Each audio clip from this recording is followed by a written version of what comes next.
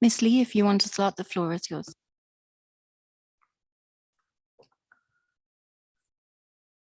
Thank you very much, and a very warm, very warm welcome actually from me in London, even though this meeting is held as a side event of the meeting of the WTO Committee on Food and Environment in Geneva. This meeting's title is Perspectives and Approaches to Sustainable Post-COVID-19 Recovery. This will be held in the next hour and a half today. My name is Bernice Lee. I'm the Research Director for Futures and Hoffman Distinguished Fellow for Sustainability at Chatham House in London. We have a packed agenda today, and I will introduce the speakers shortly. As we all know, in fact, what I will do is I'm going to go through some of the housekeeping issue first. As you may have noticed, this meeting is being recorded, so this meeting is held on the record. And audiences, please use the Q&A box for asking questions from the panelists, who we will try to get them to answer your questions through the meeting, and certainly at the end of the meeting. Hope we will have set aside time for that. This meeting will be translated into 3 official WTO languages, which are French, English, well, it will be in English, but French and Spanish as well. Now, the event is a continuation of 2 sustainable post-COVID-19 recovery webinars hosted by the Permanent Mission of Finland during the summer of 2020. Though, to be honest with you, it does feel like yesterday and also about 1 million years ago when you talk about last summer. As we all know, when done right, trade can be a key contributor to global recovery as we start peeping out of the tent a little bit, some of us luckier than others, in the sort of so-called post-COVID world, if there is such a thing, and we will see. We know that trade can indeed play an essential role in helping trigger economic development and can be a much needed engine for achieving sustainable development goals as well. We also know that even though at the moment, especially after the G7 gathering last week, we hear in some ways much more about finance and investment than trade, the two are very interconnected. And that they, obviously we know that sustainable finance will underpin sustainable trade in the same way that sustainable trade in turn enables sustainable finance as well.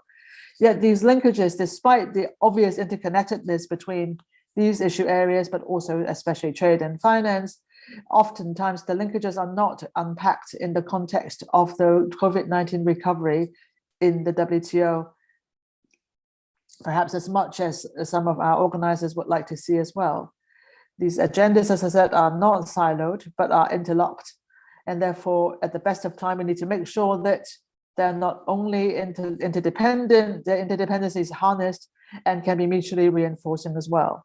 We know that investments that are made today will not only help boost the recovery, it will also determine the direction of the economies for decades to come. Sustainable recovery measures are essential in rebuilding the economies in a way that also help us also tackle global challenges such as climate change, as much as circular economy as well. In this context, the role of trade and trade rules cannot be underestimated. Now, this session today will examine a couple of questions, which will look at, for example, how are countries rebuilding the economies and societies after the crisis, and the kind of recovery approaches that are around at the moment. How should these packages around finance, trade, and other policy measures be designed in such a way that will really be sustainable, that will be sustainable both in terms of triggering our economic recovery as well as tackling global challenges like climate change? And what could sustainable, better recovery look like? And how could trade policy and recovery measures support and advance the transition as well to the circular economy? So today we have, as I said, a wonderfully packed and rich agenda, and we have 4 speakers. The first of all will be Mr. Pekka Moren, who is a special representative for the Ministry of Finance for Finland. We also have Ms. Jocelyn Landry-Jonan, who is an entrepreneur from Cameroon and executive team member of the African Circular Economy Network. We have Sarah Tamminen, who is the leading specialist at Sitra, the Finnish Innovation Fund. We also have Mr. Brian O'Hallahan, who is a researcher at the Smith School of Enterprise and the Environment at Oxford University. And we also have Mr. Ho Lim, who is the Director of Trade and Environment Division at the WTO. Now, I think what we will do is that we will go through our speakers, and then, as I said, earlier, if you have questions, please do feel free to ask them on the Q&A panel that I hope that I'll be able to access as well, so that we can pull some other strands of question and your sentiments, as well as sort of what you wanted to hear more from the speakers out as well from your posting on the Q&A box. So with that in mind, I think, first turn to Mr. Pekka Moran, who will be looking at Finland's approach to recovery, how sustainability factors in Finland's approach, and share his views on international cooperation, especially the work and the discussions of the Finance Ministers' Coalition for Climate Action, focusing on, obviously, elements around the COVID recovery. So, Mr. Moran, let me pass the floor to you. Thank you very much, and good afternoon to everybody from Finland. It's a great pleasure to present the work of the Coalition of Finance Ministers today. But I will say also a few, of course, thoughts about Finland first. Finland is a country where we have very broad sustainability and climate.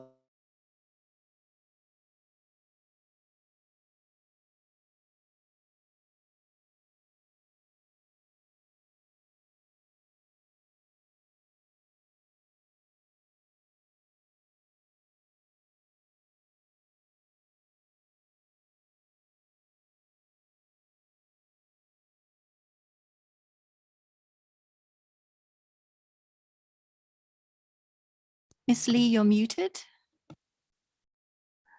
Hi, I believe that Mr. Moran, you're having some kind of, okay, brilliant, excellent. Yeah. Yes. Can you maybe put the slides on? I show pictures and I then refer to the Finnish case later. Brilliant.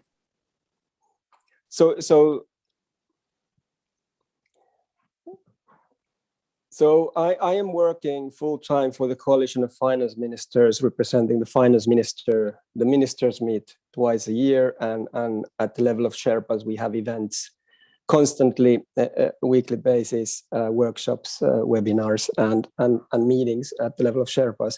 But I will first give you a broad overview, a very quick overview about the coalition, because we have not been discussing about that in this audience before, so maybe to do that, and then a few words about our work on the recovery. But next slide, please. So the coalition was established 2 years ago. We are now 62 countries representing some 65% of the world GDP. We have been supported by the expertise of 20 institutional partners, MDBs, OECD, research institutes, think tanks, and so forth, from the national level and from the international level, where it comes to the economic and financial policies. World Bank and the IMF act as our secretariat. So the key is really mainstreaming climate aspects into the economic policies. And basically the members have identified the urgency of climate action and the interlinkages to the finance ministers' work. And while we support individual countries in deciding their activities and policies, we also, of course, contribute to the collective global action wherever we can. We don't negotiate. We are not part of any negotiation processes. So we basically just support ourselves. So that's what makes the coalition quite well functioning as well, because we don't need to argue about negotiate about texts and so forth. So it's raising awareness, expertise, tools, and then of course the alignment will then come on action when there is awareness and analysis that supports ministers in taking decisions. The next slide, please. So our strategic goal is set in the so-called Helsinki principles. These principles cover basically all areas of economic policy.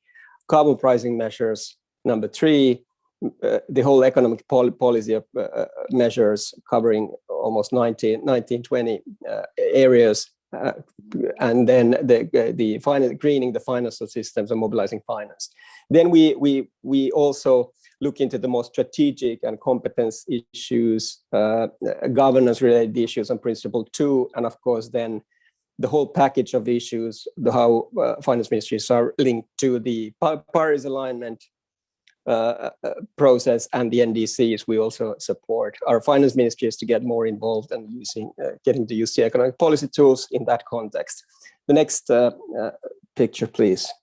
So basically, this is concretely what we do. We ministers agreed in the COP. We were in the COP25 in Madrid for the first time, just presenting the work and organized some events there, not participating the actual negotiations, but explaining what finance ministries can do. And now with these work programs that we agreed on the Santiago Action Plan, which is kind of the basis of our actions, building on the Helsinki principles. And we recognize that the problem or the task that we have is really long term.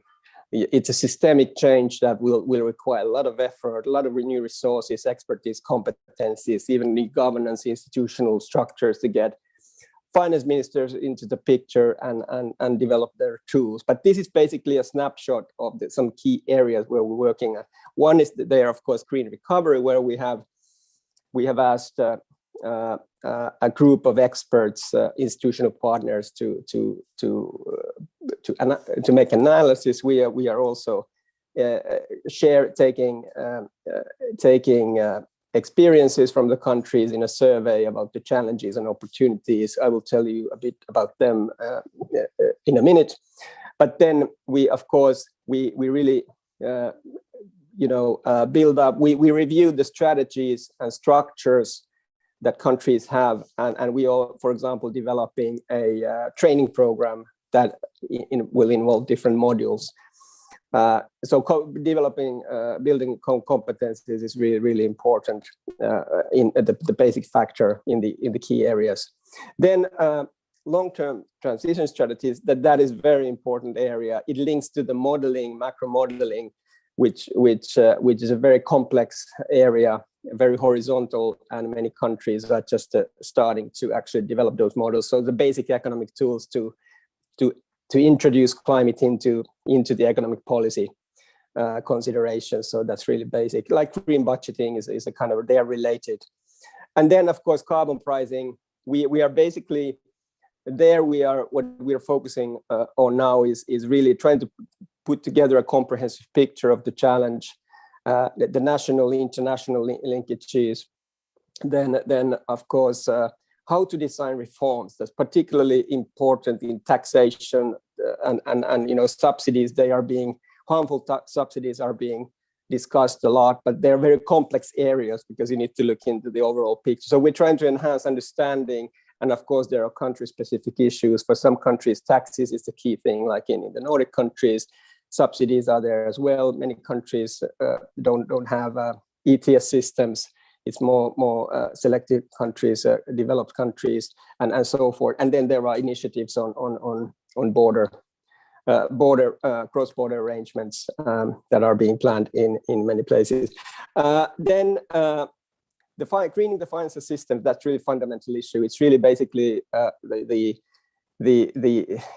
heart of the economic policy to pump finance into investments, and that's basically one key area, the principle 5, on how to make those systems work and how to achieve the transparency. That's maybe an area where most of the global work and expectations are currently being built up, and where also private sector is really actively involved. So that's basically, therefore, a very important area. Role of the MDBs is important for also finance ministers. They are governors in these institutions, which are very important. They have a lot of expertise, and they also support countries in their country activities. And of course, the institute, we are also discussing how to promote Helsinki principles in the regional and country level activities by institutional partners, whoever they might be, MDBs, and research fellows and basically everybody, and to bring also the research community more into the picture. Then I would, of course, the institutional partners are very important for the coalition. Then the last slide that I wanted to conclude with is really about the recovery, green recovery. The coalition released last July, a year ago, a report which basically put the recovery into the context of Helsinki principles. So analyze the different areas of economic policy from the recovery viewpoint. And it was kind of a basic work. And of course, as in the case of Finland, when you start to recover economy, a kind of emergency situation, the stimulus is really about keeping the economy up and running and avoiding a disaster in the society. So that's basically, when you have green elements there, that's always positive, but was not really the main objective. It's more like to the medium-term recovery planning and then long-term strategies where these should be embedded more, and that's where the more momentum is. That's also one result of our survey that we've made, and the report will be coming up it will be finalized during the summer. So in time for the next ministerial meeting in October, we should have a report that really looks a bit more deeply into the challenges and opportunities. But I raised a couple of points there about from the survey, and really the magnitude of the emergency packages that took place last year, the first 6 months or so, really ranging recovery planning is more, to the more linking also structural reforms. So the numbers are lower, the planned numbers. But of course, we know, for example, from the Finnish case, we are part of also the European Union recovery package that's not yet activated. It's going to be involving financing and transfers within the European Union and the roles of different financing entities, EIB and so forth. So it's going to be also, there was a regional aspect in some countries too.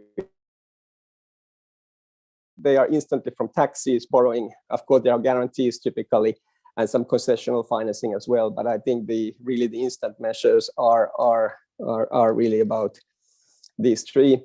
Then the priorities, I think the top priority based on our initial results is more about growth and jobs. But of course, green and nature related issues are there in the picture as well.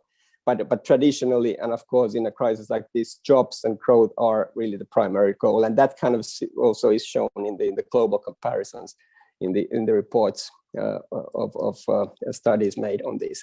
And of course, a good thing about this is, even if the recovery is not so green from the experiences to date, but there is a seed for reforms is there. I think many countries indicate that they are planning green reform agendas, structural reforms that involve green and nature issues there. So that's a positive signal, I think.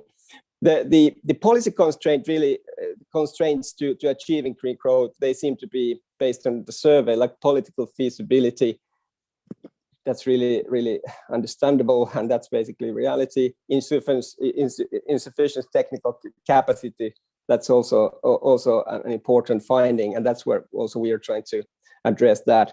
And of course, the economic impacts that are assessed and projected. Then there seems to be, in the financing, there is a lack of access to green finance. That's why, and lack of institutional structures even, and a consensual finance. This is kind of the whole ecosystem of the finance screening, financial system is involved. So basically, that's why it's so important to have these aspects in the picture on principle 5, as I said.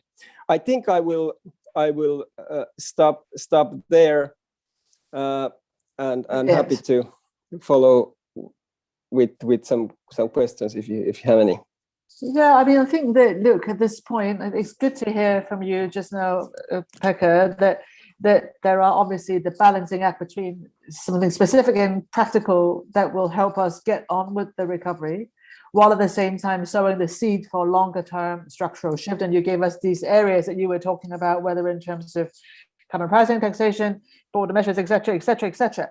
So I just sort of want to ask you a little bit about, maybe in about 2 to 3 minutes, a little bit about the kind of, obviously, it would sound like that economic recovery is playing a larger role in the work of your coalition. What are the best practices that countries are already sharing? It sounds like there are already some emerging. And what can you share with us that would tell us more about how should these recovery packages be designed in such a way that could actually lay the ground for longer term structural shift that you were alluding to? So 2 to 3 minutes, please. Yeah.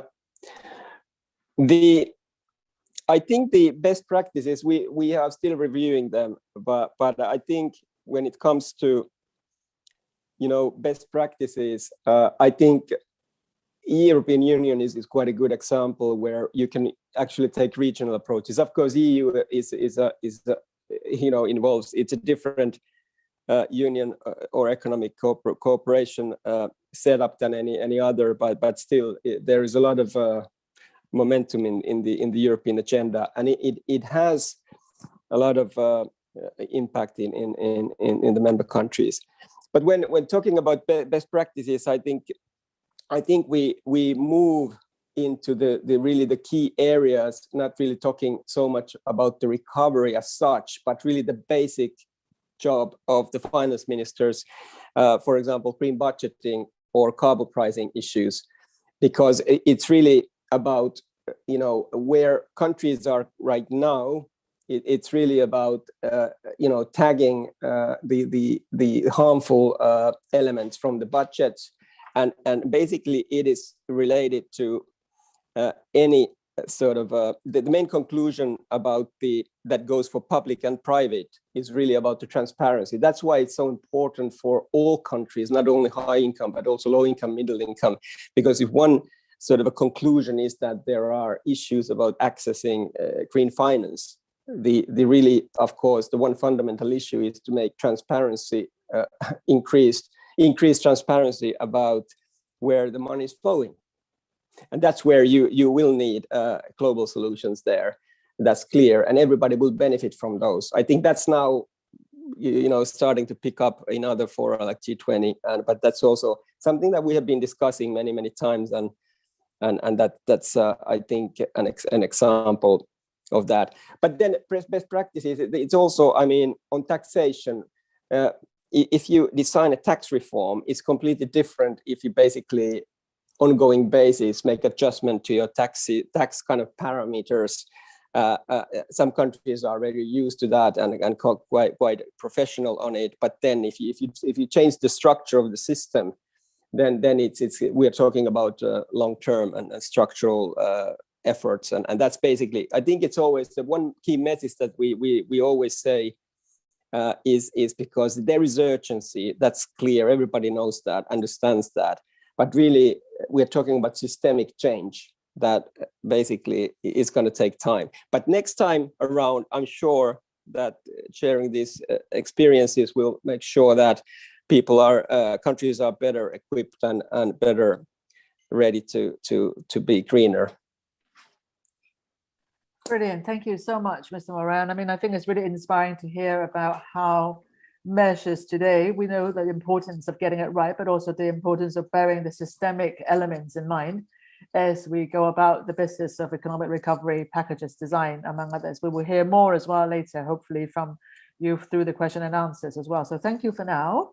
And if I may, this is very inspiring, and it will also provide a very good segue for us to introduce even more public policy areas, in addition to what already had been mentioned around, for example, climate and obviously greening the financial system and otherwise. The second speaker we have today is Ms. Jocelyn Chenang from the African Circular Economy Network. And she would talk about her views on sustainable COVID-19 recovery, and also more specifically as well, the interlinkages between sustainable recovery and the transition to circular economy, as well as the recovery-related challenges faced by developing countries as well, and how to address them. For example, in the context of trade, how to address them with the help of aid for trade and climate finance, etc. This is a topic particularly close to my heart. I was honored to have actually moderated a session here at the WTO a couple of years ago, which was the first time that was discussed in a context as well, I believe, as a side event of either the Public Forum or the WTO Trade and Environment Committee as well. So Jocelyn, please take us through your thinking around the connection between the agendas between recovery and transition to the circular economy, and then how do you see that in the context of challenges faced by developing countries as well, and the role that trade could help us play. Thank you, Jocelyn, please.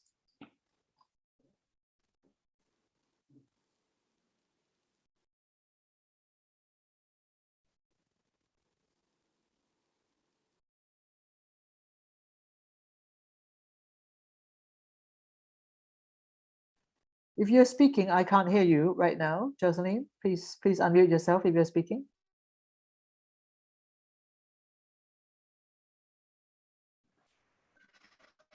Okay. Good morning, everyone from Cameroon. I hope you can hear me very well now. Very well, thank you. Okay. So today we are talking about.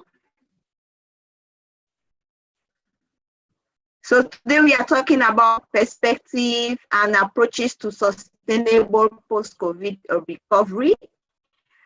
In the framework of this side event of the World Trade Organization Committee on Trade and Environment.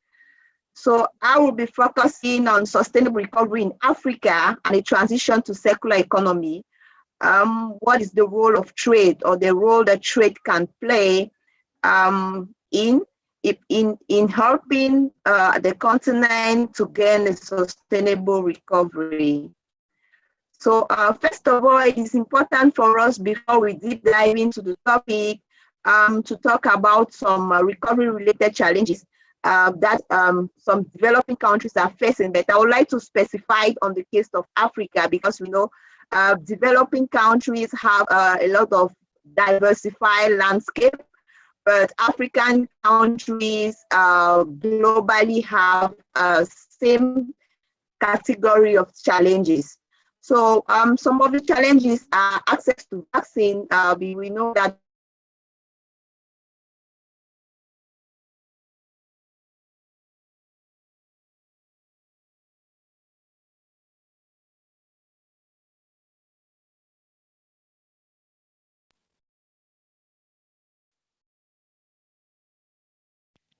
I believe that we've lost her, but she Yes. may be reconnecting. I'm sorry to say that I think we might have lost our speaker for a second. I hope that she's reconnecting shortly.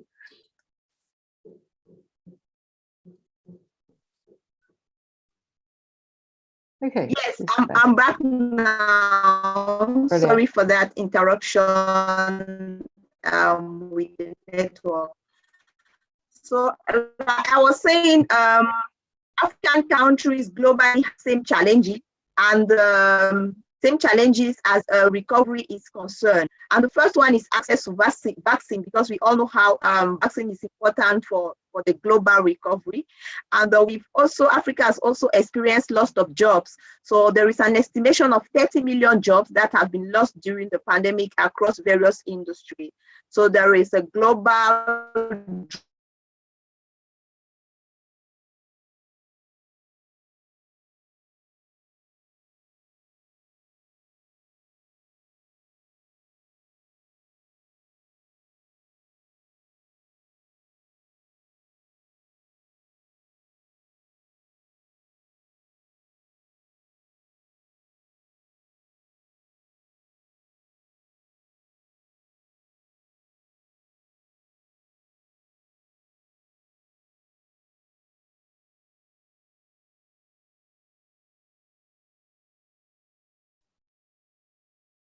Hi, I believe that we may have lost Jocelyn again. Okay, so this is one of those, I'm afraid, our audience. Please be gentle and kind with your patience with us, and we hope very much that we will get Jocelyn back soon. And I'm wondering whether or not we should ask Sarah, who I haven't seen yet, to stand by. There she is. I have seen her. So I think I think the colleagues will let us know whether or not we can recover Jocelyn, who is looking at the question around the connection between circular economy and the sustainable global recovery. So what I think we may do in that case, and I'm sorry about this last minute thing, and I just realized that actually you can't prepare for everything. So we try to prep as much as you can.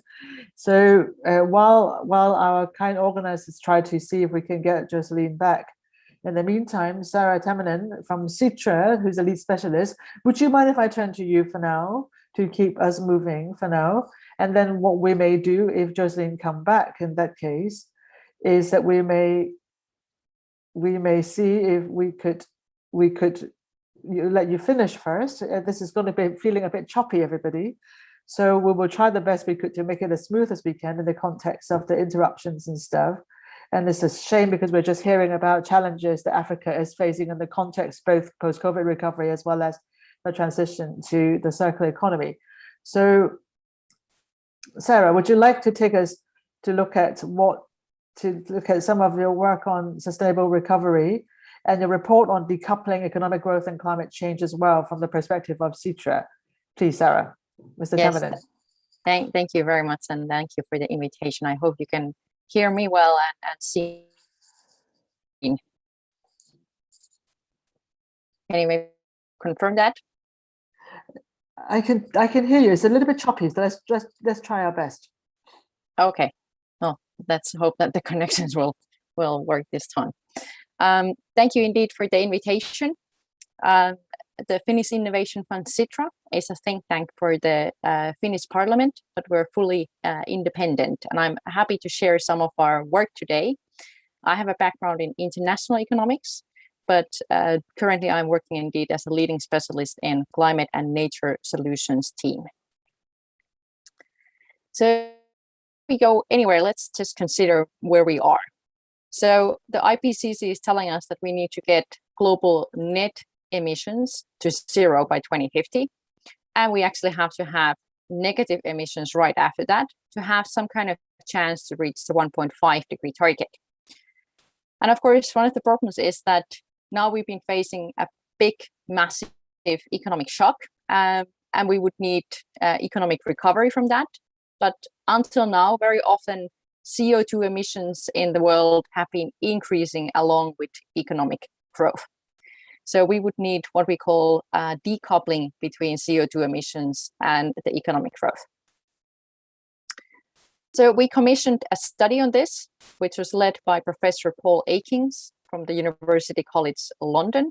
And he and his colleagues did some energy system modeling for us. And then there was E3 modeling from Greece, who's also working a lot with the European Commission, looking at the economic aspects. And we basically asked them, like, okay, what are the economic implications to the world in case we really try to follow this Paris-aligned emissions pathways? And the main messages are here. So first of all, they conclude very clearly that these strict climate targets can be achieved while the global economy is growing. But actually the annual economic growth rates might decline over time. And also investments are likely to take a larger share of the world gross product. So while this relative decoupling between the emissions and economic growth seems actually relatively easy, it's happening in various different types of scenarios. What it seems actually relatively hard is to actually reach the 1.5 degree target. And that will require unprecedented action from all countries. And basically it means as well that now in the COVID recovery, the ecological actions really need to be in the center. What does this mean? It means that we basically need new technologies, but we'll also need behavioral changes. And what is very, very crucial in all the pathways is that we will need a lot of investments. So for example, we'll need to invest actually relatively heavily now also on carbon sequestration to have a better chance of reaching the 1.5 degree target. We'll need to phase out coal as fast as we can and we need to electrify with clean electricity everything that we can, more or less. So very often we're talking about heating, transport systems, and industry. Some of the key messages then for policymakers are over here. There's quite a few of them. I listed the main 6 ones. So first, the four listed over here. So we need strong public policies, first of all. And very often, of course, people are just thinking about the energy system when we're talking about climate measures. But actually, what is very clear is that even just cleaning up the energy system and even the energy and transport system is just not enough. We actually need to completely rethink our techno-socio-economic systems. So also think about how we produce and consume materials and how we're using our lands. So for example, agriculture and forestry related issues. And for example, Einstein, of course, put it as well already that if we have one system developing us a lot of problems, it would be just silly to try to fix the problems with the same system. Very often you also see these messages that, okay, let's just try to get carbon pricing around the globe, but that's unfortunately not enough. So that would be very essential, but we'll need a mix of different policy instruments. And this, of course, from trade policy perspective, tells us that, okay, we'll need also regulations and standards, and then, of course, harmonization in those between all the countries.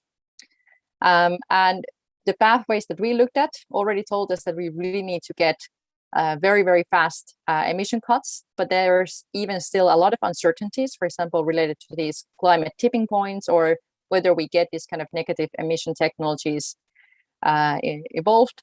And if we want to avoid some of these uncertainties, it would basically mean that we need to reduce the emissions even faster than at these unprecedented levels that we have in the scenarios.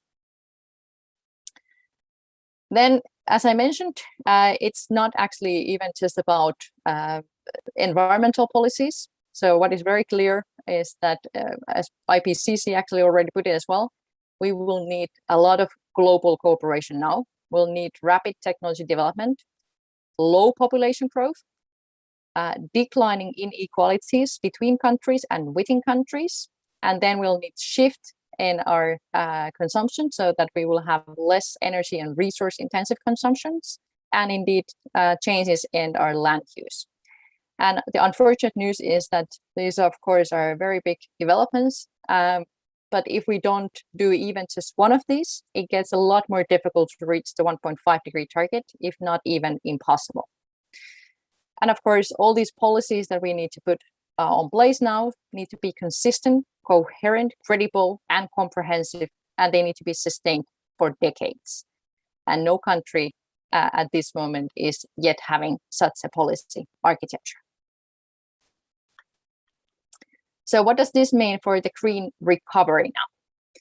Well, first of all, having this kind of long-term targets is really key. And then, of course, we would need this kind of policy strategies that really get us to the targets. And what is very important indeed, as I mentioned in the previous slide, is that we need to have these policy sets together as soon as possible, hopefully, because they are guiding our investments, and the investments are indeed now really in the center of this recovery and the long-term climate and ecological recovery. We need to also have good guidelines on how to choose the best recovery policies. So, for example, Sitra did some work on this for the Finnish government. And of course, we will need financing for all these investments that we need to do. And of course, in this case, we also need to talk about the international financing in order to get everybody on board. And I cannot stress enough how much we need trade in goods, trade in services, and in investments. And I always like to kind of point out as well that very often people think of this as long-term, gradual, slow, kind of linear transitions. But the change is never linear. Change is always non-linear. So both technologies and people's behavior is changing according to what we call S-curves. So there's very rapid exponential growth even in the systems, and very yeah, it's changing very rapidly, basically. So what we need, of course, in terms of our policies is flexibility and constant adjustments. I'll leave it with this slide at this moment.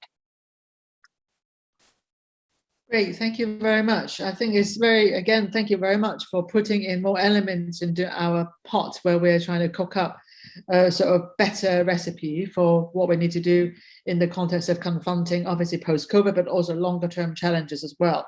And thanks very much for emphasizing the interlocking systems between energy, land, and among others, food systems, etc. That is extremely important, that as we think through what we need to do for the future, that these are elements. You also very, very, very vividly described some of the challenges and opportunities around trade as well. So what I'm interested in finding out from you is, what do you think are the sort of systemic underpinning that we need to do to make sure that trade can be more sustainable, and thereby playing a role that we know we need in triggering sustainable trade, sustainable investment, sustainable recovery, etc., etc. So what are the sort of underpinning that we need in the context of recovery and rebuilding economic growth that we will need to see from the trade perspective? Would you tell us a bit about that? Yeah, thank you. A very good question. Yeah, first of all, I need to highlight again that trade is really essential to mitigate the climate and all other nature-related problems that we have now. Because of course we know already that none of our countries are having all the required solutions by themselves. So yeah, I cannot overstate that, I think, at this moment. So what I think is essential at this moment is that we remember as well that we have to have this kind of more massive changes in our systems. And when it comes to, for example, the circular economy, that is one of the big solutions, in addition, of course, to the new renewable energy systems, electric vehicles, for example, in the transport system, and land use changes, dietary changes, forest practice changes, is that most of the times these new type of business models, which are more sustainable, are relatively comprehensive. So they're combining goods and investments and services. We, for example, did just a study on circular economy related services trade. And this one also showed us that we see that they're very much interlinked. So what we need, of course, is that we need trade policy solutions, which are also more horizontal and holistic, so that we really look at all these different components at the same time. So we're not just looking at tariff levels, for example, but also, for example, IPR related issues, or at technical barriers to trade, so that we really get a more holistic view and actually get the good new solutions from one country to another one. I've been a bit worried on some of the kind of rising tensions and even kind of protectionism that has been going on recently. And as was already highlighted in our recent study as well, we really need now completely something else. We need global cooperation, and that's of course key. But of course, we also need fair market competition environment. So for example, when we're looking at COVID, we need to, for example, think of the subsidies and bailout programs as well. And in this one, I see also a big role for the WTO to make sure that we're getting a bit more multilateralism and again, instead of just protectionism and rivalry. Brilliant, thank you. I think we have a couple of questions from the audience as well that I think I wouldn't mind quickly asking you. And then I think Jocelyn is back, so I hope that, sorry, now it's my turn to my drilling next door to happen now. So there's a question there that I thought was interesting. Can you clarify why reducing inequality will contribute to keeping the 1 under 1 point increase at 1.5 when, obviously, lower and middle classes are growing further, may increase consumption and therefore emissions? Yeah, that's a very good question. So basically, the whole message, of course, is that we need to have everybody on board. It's not sufficient that richer people and richer organizations and countries are doing something. We need to have everybody participating in this change, because it's such a big systemic change that we need. And therefore, the IPCC has been also emphasizing that we really need declining inequalities. And basically, in a world where this happens, it's a lot easier to get to the 1.5 degree target. Great, thank you. And this has given us a lot of food for thought. There are more questions as well about inequality that I would like to come back to in the Q&A session later, because I think this is also a very nice segue, as we lost Jocelyn earlier as she was talking about the challenges Africa faces in a post-COVID recovery. So Jocelyn, I hope that this time you stay with us a bit longer, but also what I would like to ask is maybe the Secretariat could share the presentation so that give you a bit more bandwidth on your side, perhaps, because the Secretariat, I understand, have your presentation. So if you can share the slide, and Jocelyn, if you would let them know how you would like the slide to be as we move forward, that may be an easier way to do for now. So if you may see the slides now, that would be great. Brilliant. Jocelyn, pass to you. 9 minutes, please. Just tell us a bit more about the connection between social circular economy recovery and challenges faced by developing countries. Thank you. Okay, thank you, Ms. Lee. I had some challenges as I was talking about challenges with my internet connection. So we are having some issues with the main provider. So I had to switch to another provider and move outside. That is why my lightning is not good. But I hope you hear me well. Okay, that's fine. So you're going to pardon me, but we are going to move on like this. Please, can you move to the next slide? Okay, thank you. So I was saying the theme of our discussion is about sustainable recovery in Africa and its transition to circular economy. So I was asked on the onset to talk on a developing country perspective, but developing countries have a lot of diversified landscape, and it is a bit difficult to group them together when we want to talk about recovery, because the challenges are not always the same. Whereas it is easier to talk about Africa as a whole, because more or less they face the same challenges. Next slide, please. Okay, so before we deep dive into the topic, we'd like to talk about some challenges faced by African countries for the post-COVID recovery. The first thing is access to vaccine. We all know that vaccine is important for a global recovery, but we still know that Africa is lagging behind in terms of vaccine distribution. We have also experienced loss of jobs that are not yet recovered. So the Economic Commission of Africa estimated at about 30 million jobs lost during the pandemic.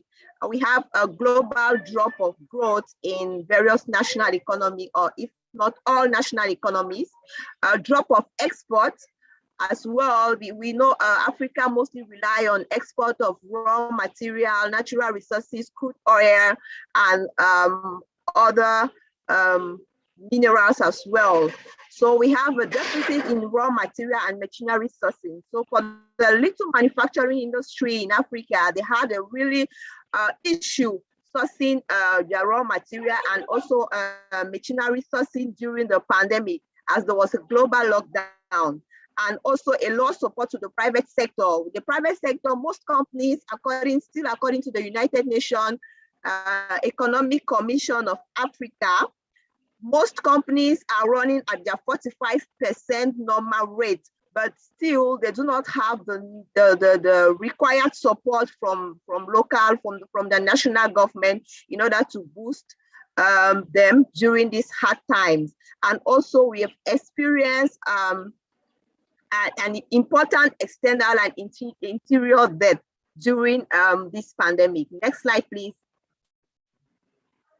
Okay, so sustainable recovery. What are some sustainable recovery measures that Africa can take in order to build back better? We all know that Africa accounts for only 2 to 3% of global carbon emission, but Africa is the most vulnerable continent to the effect of climate change. So it is very important for African government to take into consideration sustainability in their recovery processes.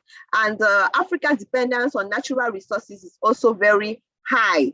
And we have been impacted a lot during this pandemic, simply because, mostly because our economies are not very much diversified, and we do not have strong approaches in terms of policy. We have the policies there, but the implementation now is facing some gap.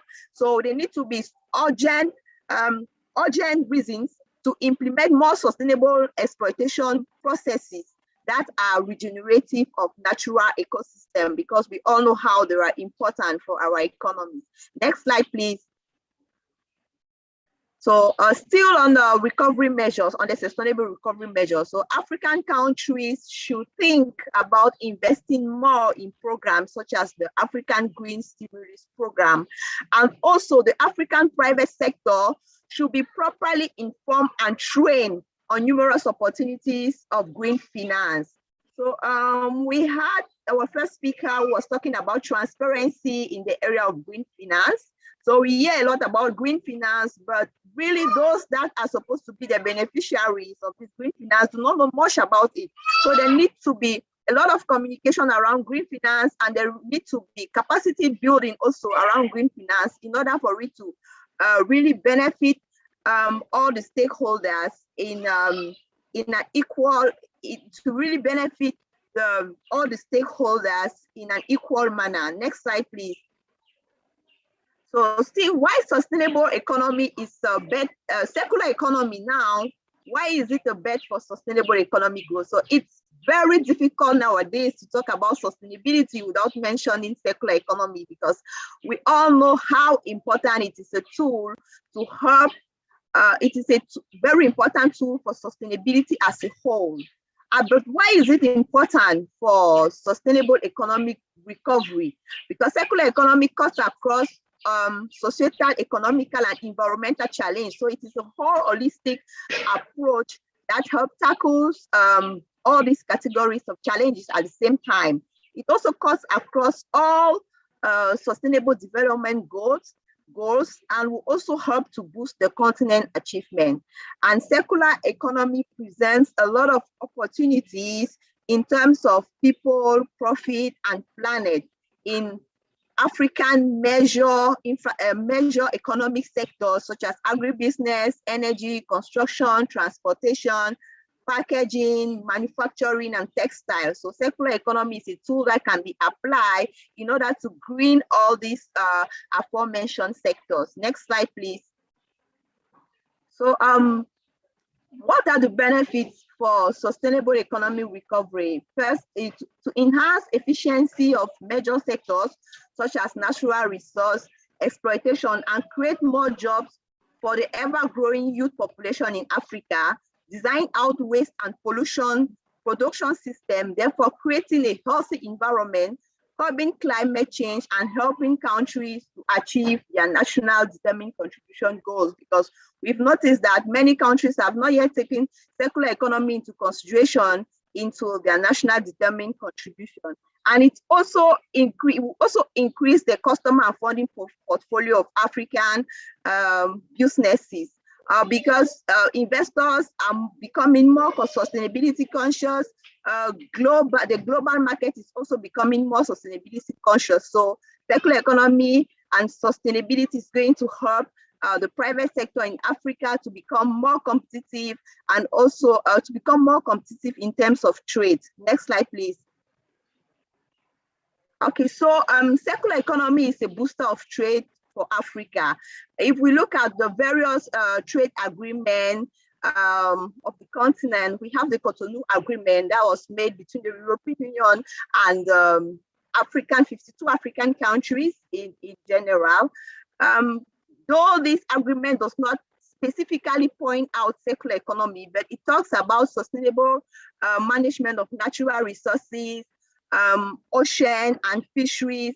And we all know that circular economy can be a good tool to achieve this in order to boost trade between Africa and the European Union. Not only the European Union, but the rest of the world is also becoming more sustainability conscious. So it is very important to use circular economy to boost competitiveness of the African private sector and enhance trade balance. So next slide.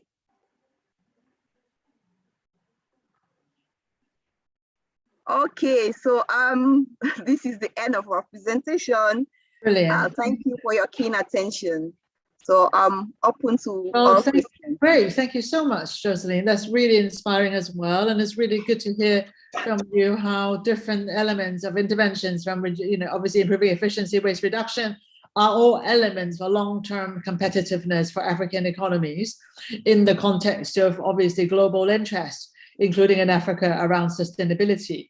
I just want to sort of hear from you a bit more, maybe in the next 2 or 3 minutes, in terms of all the recovery approaches and strategies which you have come across from the perspective of your African Circular Economy Network. Are there good cases where you see this alignment with circular economy efforts and recovery that you think could be shared and therefore hopefully used more widely? Thank you.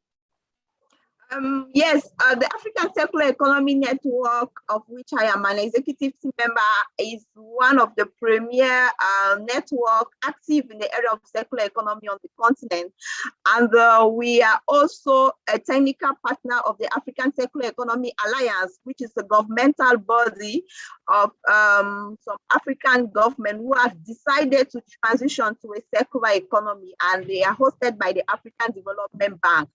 So what we do is we give them technical assistance, and we also help individual countries. We facilitate dialogue between the alliance and individual countries who are interested in joining the alliance by presenting them all the benefits and the advantages they have, especially in this time that they need this transition in order to ensure a sustainable recovery. So the African Circular Economy Network has also been active in some circular economy and sustainability projects on the continent. So now we've worked on the Lagos Circular Economy platform, and we're also driving some plastic or waste management project in Lagos. We know Lagos is the biggest city in sub-Saharan Africa with close to 20 million inhabitants. So we know the GDP of Lagos alone is bigger than the GDP of some African countries. So we've also been solicited by the South African government to do the same project that we carry out in Lagos in South Africa. So this is a very positive response because government are responding positively to sustainability, to circular economy, because they all know how it is important. And it is important to point out that the Circular Economy Alliance now have 5 countries, and many other countries have expressed interest to join the alliance, showing that there is an interest rising on the continent.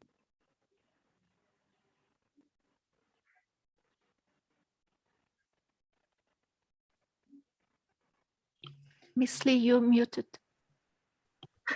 Thank you very much, Ms. Chonang, for that. And it's really exciting to hear from you about, obviously, not just policy level, but also society level mobilization that you're highlighting across the continent from different countries that will look to implement more of this. Hopefully we will hear more about this later during the Q&A if we have time as well.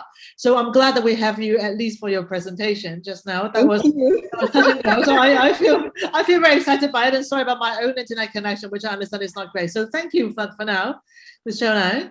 And if I may move to our fourth speaker, with your permission, Brian, thank you very much. I mean, the Smith School, yeah, this is all a bit choppy today, so hopefully you are going to be less eventful for us, Brian, Mr. O'Callaghan. Your Smith School has been doing some work around recovery measures as well, and your report will be published in mid-June around why green recovery measures make sense in the long term and what kind of opportunities the crisis provides for various countries and regions.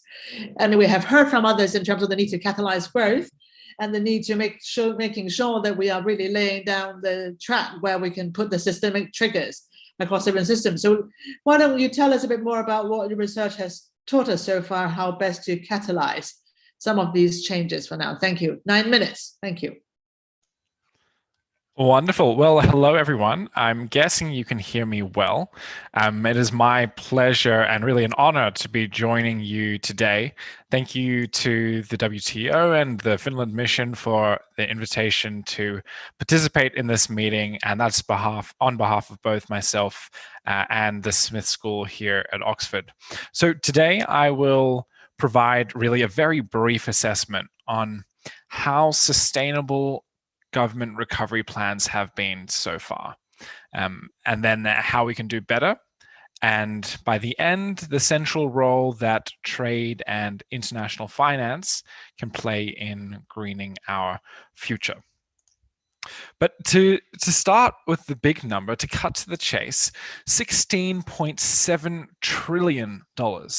That's what we've seen in global spending announcements from the 89 countries in Oxford's Global Recovery Observatory. And it's hard to grasp just how big that number is. You know, it's significantly greater than the entire GDP of China and reflects the single greatest fiscal boost we've seen since World War II, I believe. However, despite the huge volume of funds clearly available, many governments are missing significant economic opportunities in their recovery spending, and that is not good enough. Government recovery efforts are so far incommensurate with the scale of the planetary crises of climate change, of nature loss, and pollution, and we should not allow these recovery processes to go on as they have so far. I think quite vitally, we need to all understand a few things here, though. Of that 16.7 trillion, the far majority has gone to short-term rescue initiatives rather than long-term recovery initiatives, and that's not a bad thing. Rescue spending is essential, and it's designed to keep businesses and people alive. You know, vaccine funding, unemployment payments, business liquidity, that's good, and that was necessary. Recovery spending is where governments are thinking beyond the immediate crisis to reinvigorate their economies, get them going again, and this is where they have discretion. And so that's where we focus our attention in assessing greenness or sustainability.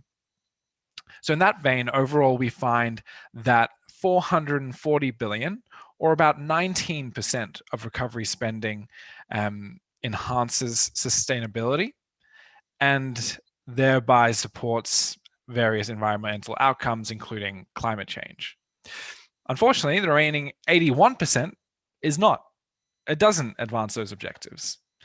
And much of that non-green, non-sustainable spending reflects significant missed opportunities.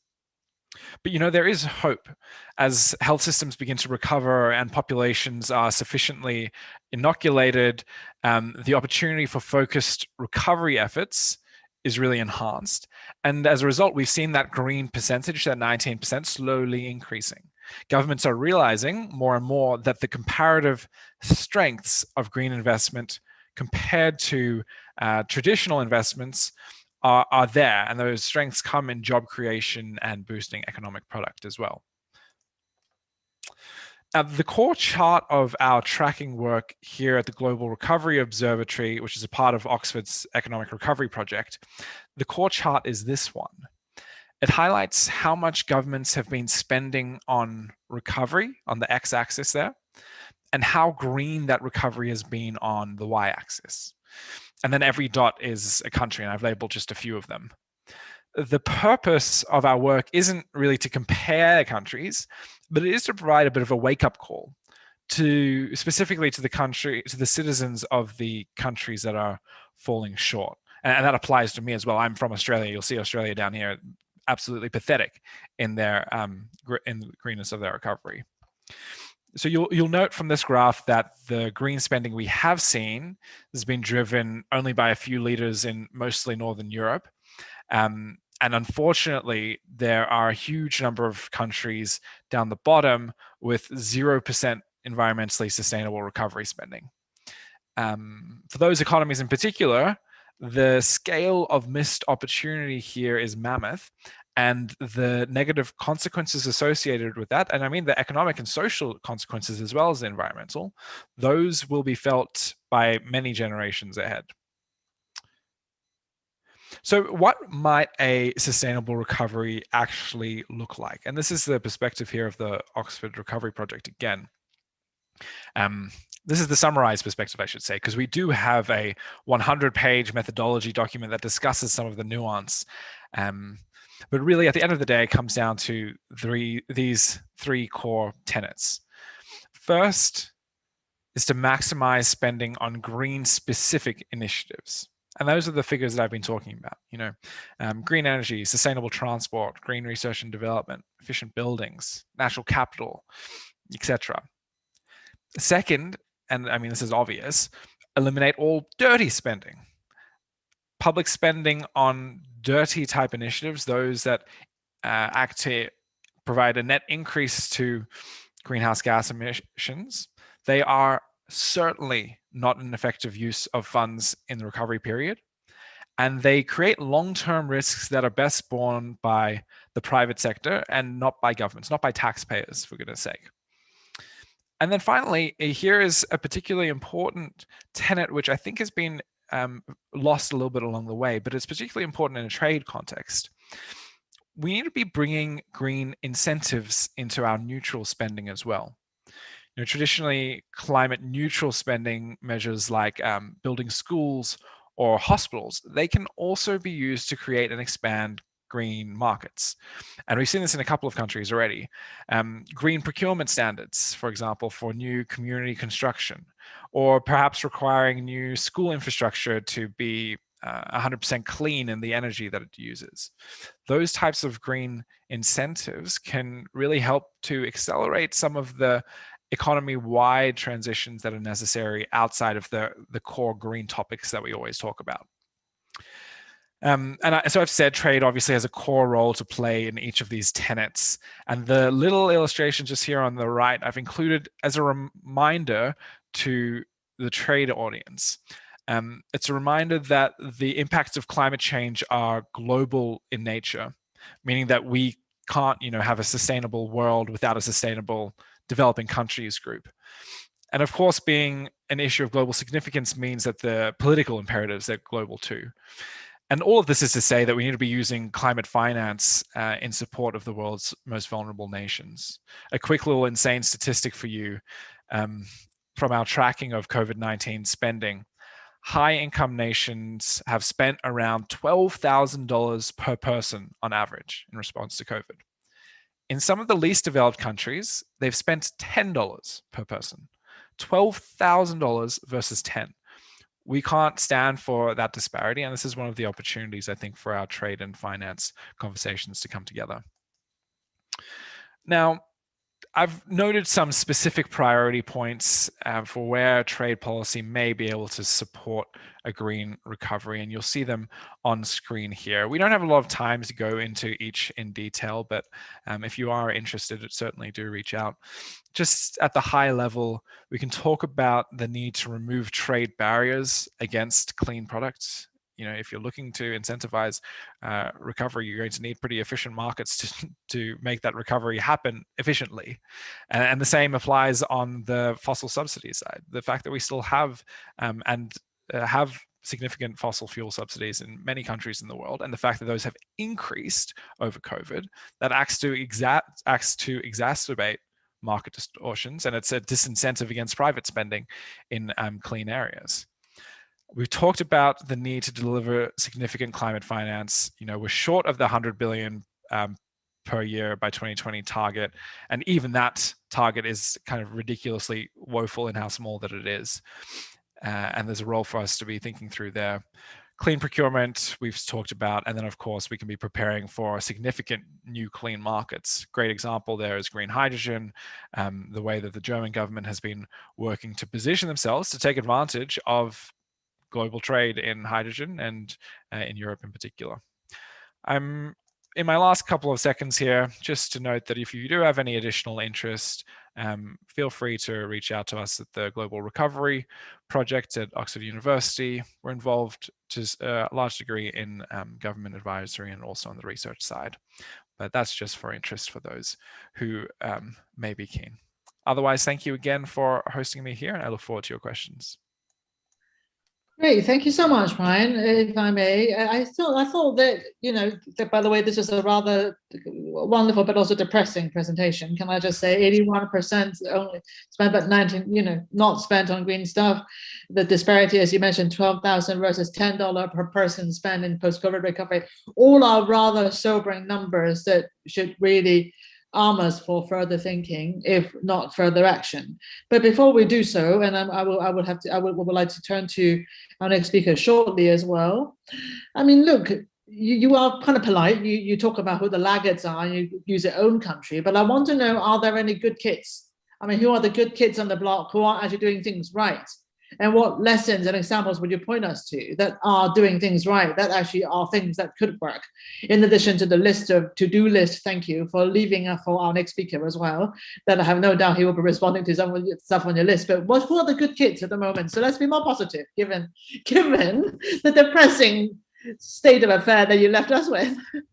Oh, I'm sorry to be depressing. I think that the focus here, should be honesty in reflection, but or optimism to the future. Because while there have been missed opportunities, as governments come out of this period of distress, they're thinking more and more about recovery. And so the opportunities are really right now. And if we want to be having this conversation again in a year's time and ensure that it's not depressing, the way to change that is to have that conversation and move forward now. But to your specific question, I think it's a good one. We do need to highlight some of the positive examples that we've seen. If you recall that 2x2 matrix of recovery, total recovery spending versus green recovery spending, there were some key leaders that emerged there. I think Denmark is currently at the lead of those who've spent a significant portion of GDP on recovery. They're at about 62%. Finland is quite high up there as well, 58%, I think, green. Canada, with its recent strong budget, is also looking quite positive and giving, in actually almost all of those examples, there's quite a spread of different policy initiatives across the economy for us to look to. But there are positive examples across the world. It's not just in those high-income nations. Those high-income, mostly European nations, may have a very high proportion green, but there are others that might have a smaller proportion, but still really positive, specific examples that we can all learn from. In our Global Recovery Observatory, which I should say is a partnership between us at Oxford plus the IMF and various UN agencies, that observatory includes over 6,000 policies. It's available publicly online. And of that 6,000, I think about 550 are positive examples of environmentally sustainable spending. And there are examples from all types of countries in Africa, in Latin America, countries that are high income, countries that are low income, countries that are of a particular democratic system, countries that operate by other systems too. And those, again, span all different types as well. So the point of this observatory is, one, to keep governments accountable, but also to provide those positive examples for policymakers to learn from. And you can go there, download, and see for yourself how countries are spending green in whatever priority area you might have. Thank you so much, Mr. O'Callaghan. And obviously, it's good to reinforce the message, especially for Ho Lim, who will hopefully take the floor shortly, who works on trade and environment at the WTO. We have heard a lot about how the agendas are interlinked between, obviously, trade and the myriad other agendas, whether it's on public policy, but as well as finance and investments. But also, the time is now. Now the WTO is obviously very famous for its fast action. So I'm wondering, given the time is now, and given the list of to-do things that we have, what are your reflections so far on today's proceeding? That we have started off with the Coalition of Finance Ministers, learning the interlinkages, connections to, obviously, circular economy, climate, delinking growth from the importance of moving forward, if possible, but also most importantly, how trade can play a key role in helping facilitate some of these areas, but also connect the pieces as well that we know we need to do. So, Ho, we have about 9 minutes or so, for 8 minutes, I believe, for you. Please. Well, thanks very much, Bernice, and thanks very much to the speakers and to the Finnish mission for organizing this event.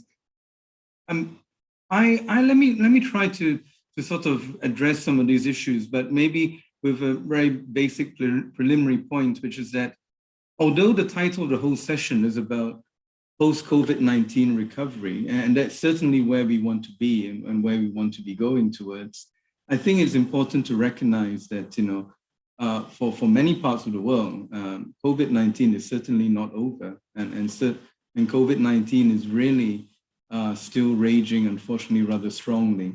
So we can only really, well, it's not one or the other. I think is the first thing. But when we think about sustainable post-COVID-19 recovery, and this came out rather clearly in the presentation by Jocelyn, the issue of vaccines. You know, we need more vaccines. We need to ramp up manufacturing capacity. We need vaccine equity. So as we talk about sustainable post-COVID-19 recovery, I think it's important to keep firmly in mind that, you know, the challenge is still there. WTO, as you know, with WHO, World Bank, IMF, have been working to try to find ways to increase manufacturing capacity, to ensure better distribution of that capacity throughout the world, and calling for funds to do so. And actually, the amount of money that has been asked for is certainly rather small when I look at the figures that, you know, that Brian showed. That's still really, really critical to do. But as I said, it's not one nor the other, but it's important to keep that perspective in mind. And then I think having that perspective may also help to understand some of the challenges. I mean, Brian put together a very nice slide of many things that could be done and should be done. And the question always comes back, why is it so difficult to do this? You know, why do governments not manage, for instance? But maybe I don't have a full answer to all of that, but maybe just a few perspectives, you know. Yes, I mean, it seems to everyone it's a no-brainer. Trade in environmental goods and services, reduce these tariffs and restrictions to better support clean technology dissemination. And in a way, it is happening. It has happened in different ways, unilaterally. It has sometimes happened more regionally. But what seems to be escaping this part is the multilateral bit of the puzzle. Why is it so difficult for governments to do this? And I think part of it, and this is a personal reflection, is that the challenge is looked at in a perspective that needs to be turned around. I think in one of your presentations by one of the speakers, it was put, you know, I think may have been the first speaker, about what type of policies do we need to achieve nationally determined contributions. And there, working from there, what is the contribution of finance or finance policies to NDCs? If I can say frankly, I don't see this perspective necessarily among trade and trade delegations.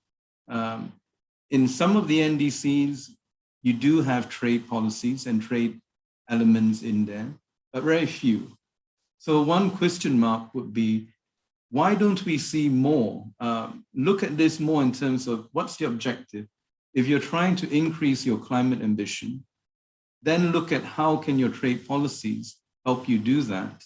And if it's about obtaining more renewable energy goods, services, environmental goods, etc., look at this as a gain rather than a loss.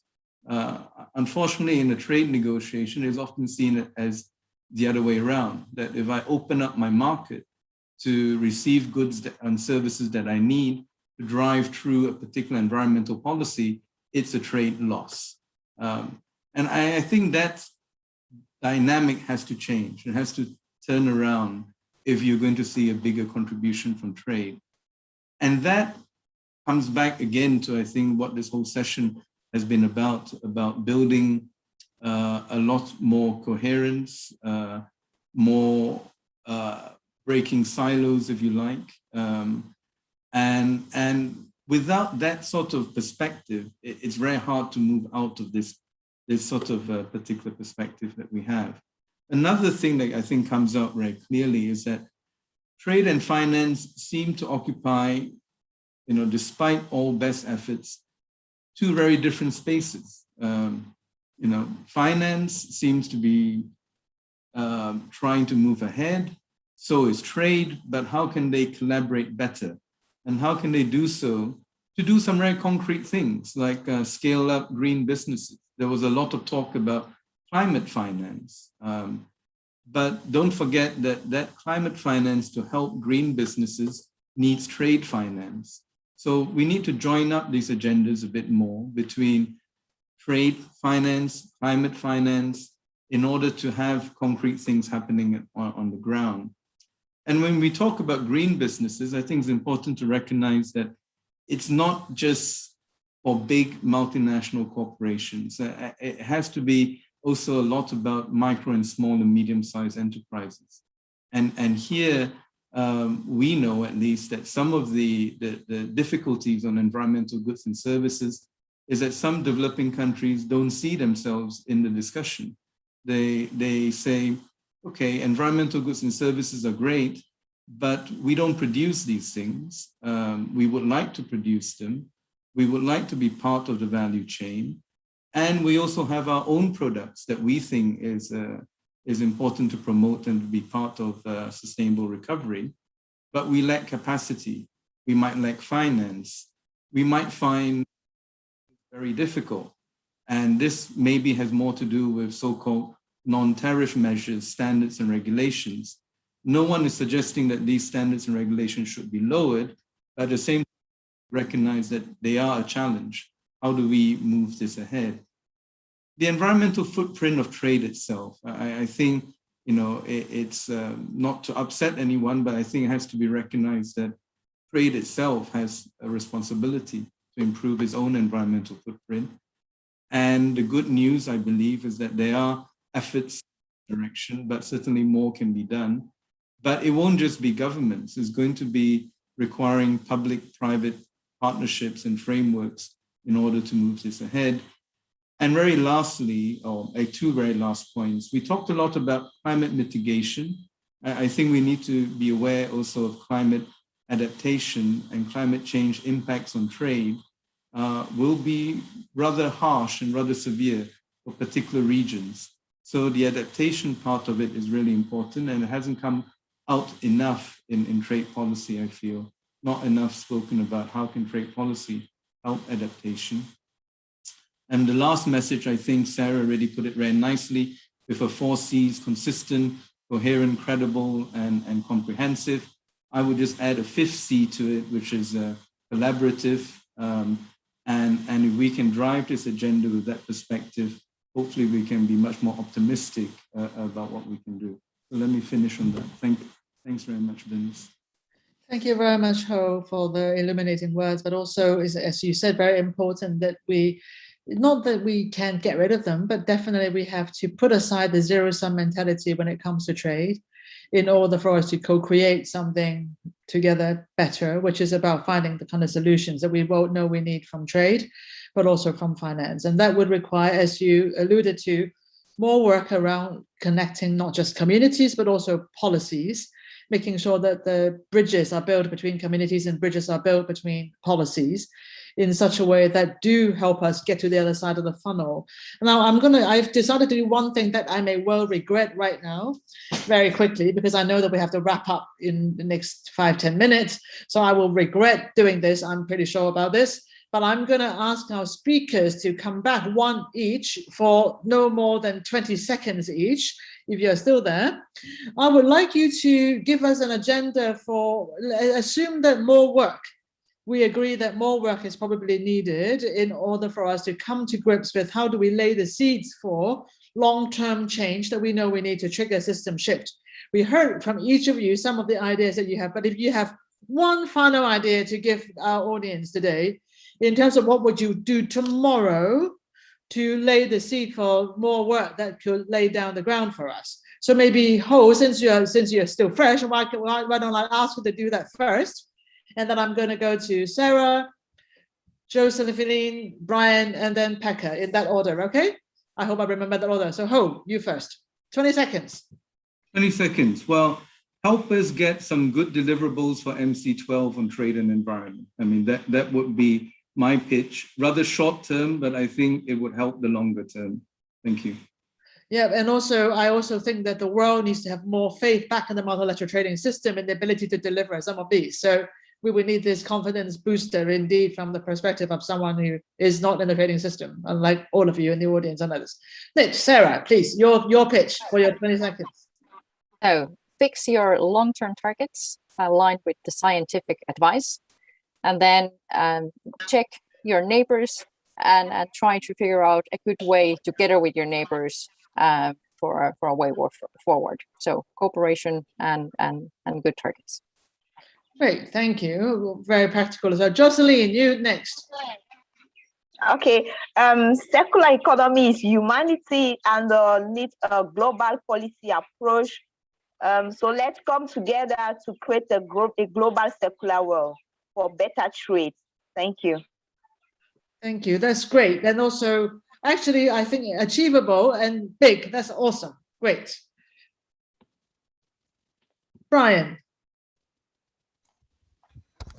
My dream, which is perhaps unrealistic, is a global price on carbon. I think that would get us a pretty efficient system here. To be a little bit more pragmatic, I think a longer term orientation into fiscal policy that thinks both about your own country and about those around you.